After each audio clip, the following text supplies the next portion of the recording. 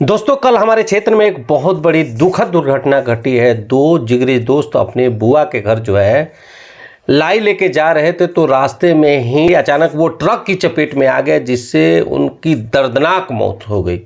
घटना स्थल जो है हमारे यहाँ का भोरे विजयपुर रोड है, जहाँ पे रानीगंज के पास यह दुर्घटना हुई थी। मीडिया रिपोर्ट्स के अनुसार ऐसा सुनने को आ रहा है कि घटना इतनी दर्दनाक थी कि एक लड़के का बॉडी जो है ट्रक के पहिए में इस तरह से फंस गया था कि लगभग जो है 50 मीटर तक उसका बॉडी जो है घसीटते हुए ले गया, जिसका आलम ये रहा, जिसका असर ये रहा कि उस लड़के की बॉडी जो है छितर बितर हो गई।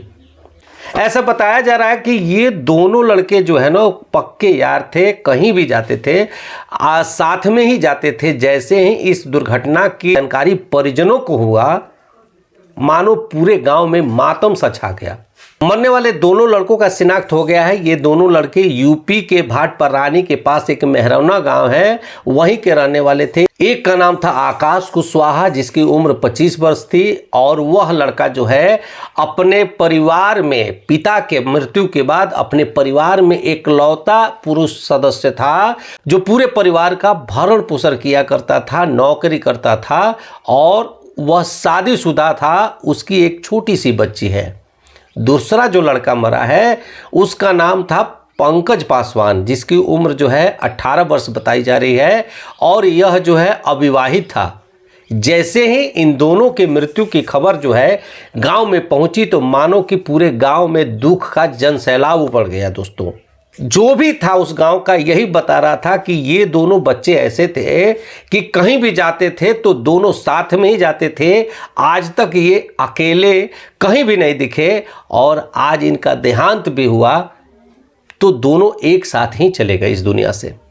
जो मीडिया रिपोर्ट्स है उनके अनुसार यह बताया जा रहा था कि जो ट्रक है वह ओवरलोड भरा हुआ था, हाई स्पीड में था, और इसकी वजह से वह नियंत्रण में नहीं आ पाया, और अचानक से वो दोनों लड़के उसकी चपेट में आ गए और उन दोनों की दर्दनाक मौत हो गई।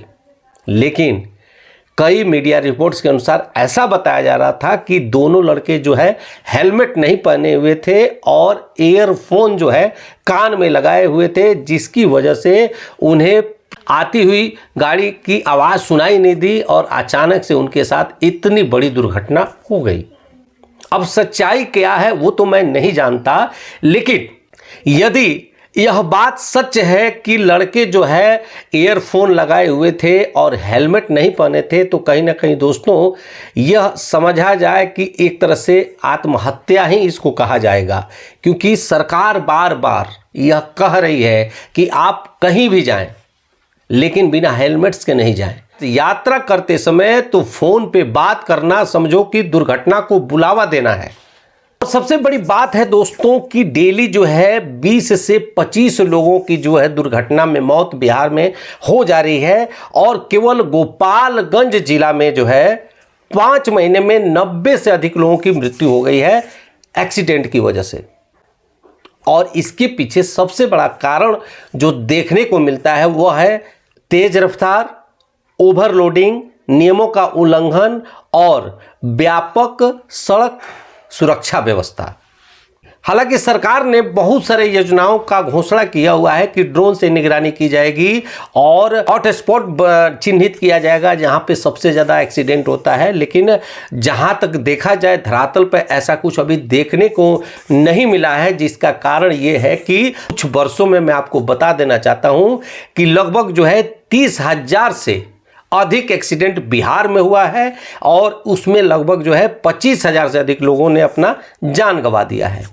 ये तो आने वाले समय में देखने को मिलेगा कि सरकार जो कह रही है वो व्यापक स्तर पे लागू होगा कि नहीं होगा, लेकिन जो ये घटना हुई है इससे एक सीख लेना जरूरी है दोस्तों कि भूल कर भी जो है आप बिना हेलमेट के खासकर मेन रोड पे तो जाए नहीं। ज़रूरत हो तभी गाड़ियों का इस्तेमाल करें, वरना ना करें।